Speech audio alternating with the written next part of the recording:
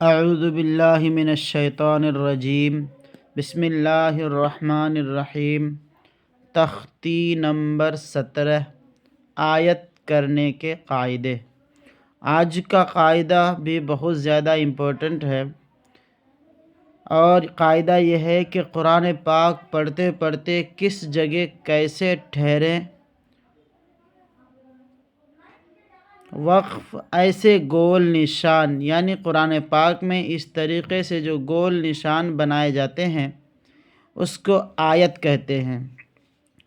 اب اگر لاسٹ میں آیت سے پہلے زبر، زیر، پیش، دو زیر دو پیش پر آیت کرنا ہو تو آخری حرف پر جزم دے کر سانس توڑیں، اسی کو آیت کرنا کہتے ہیں۔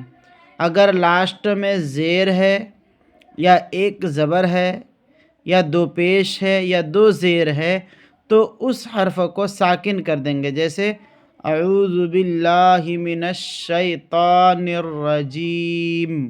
میم کے نیچے زیر ہے، سانس توڑ رہے ہیں تو رجیمی نہیں کہیں گے بلکہ رجیم۔ اسی طرح رحیمی نہیں بلکہ رحیم، اور پیش ہے تو بھی یہی کہیں گے، جیسے وَإِيَّاكَ نَسْتَعِينُ۔ حالانکہ نون پر پیش ہے لیکن رکتے وقت یہ ساکن ہو جائے گا، نستعین۔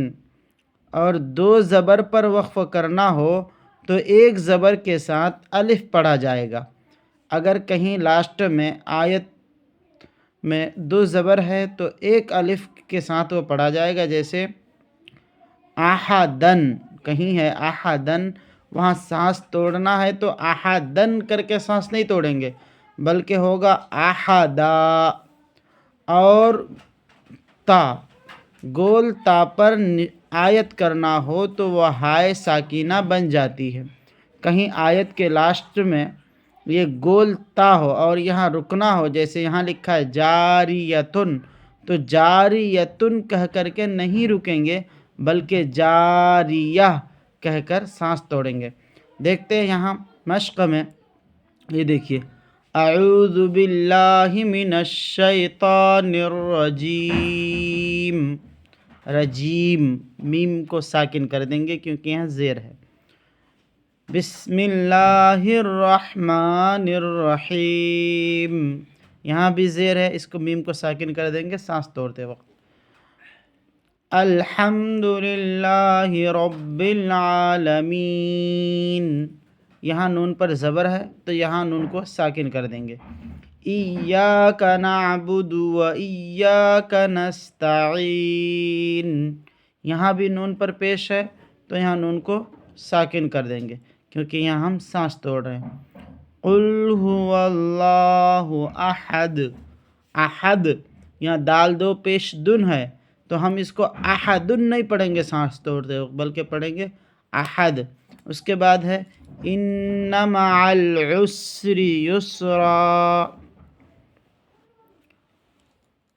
تو یسرن ہے، یہاں ان مع العسر یسرن نہیں بلکہ یسرا۔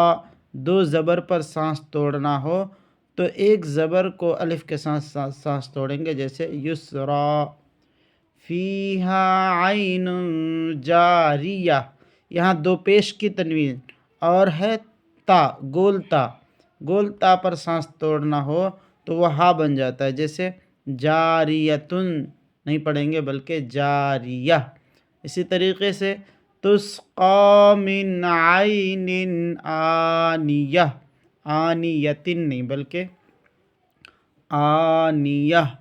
لاسٹ والا ہے لا تسمع فیہا لاغیہ، لاغیتن نہیں پڑھیں گے چونکہ یہ گولتا ہے، گولتا پر چاہے جون سی حرکت آ جائے وہ ہائے ساکینہ ہی بنے گی۔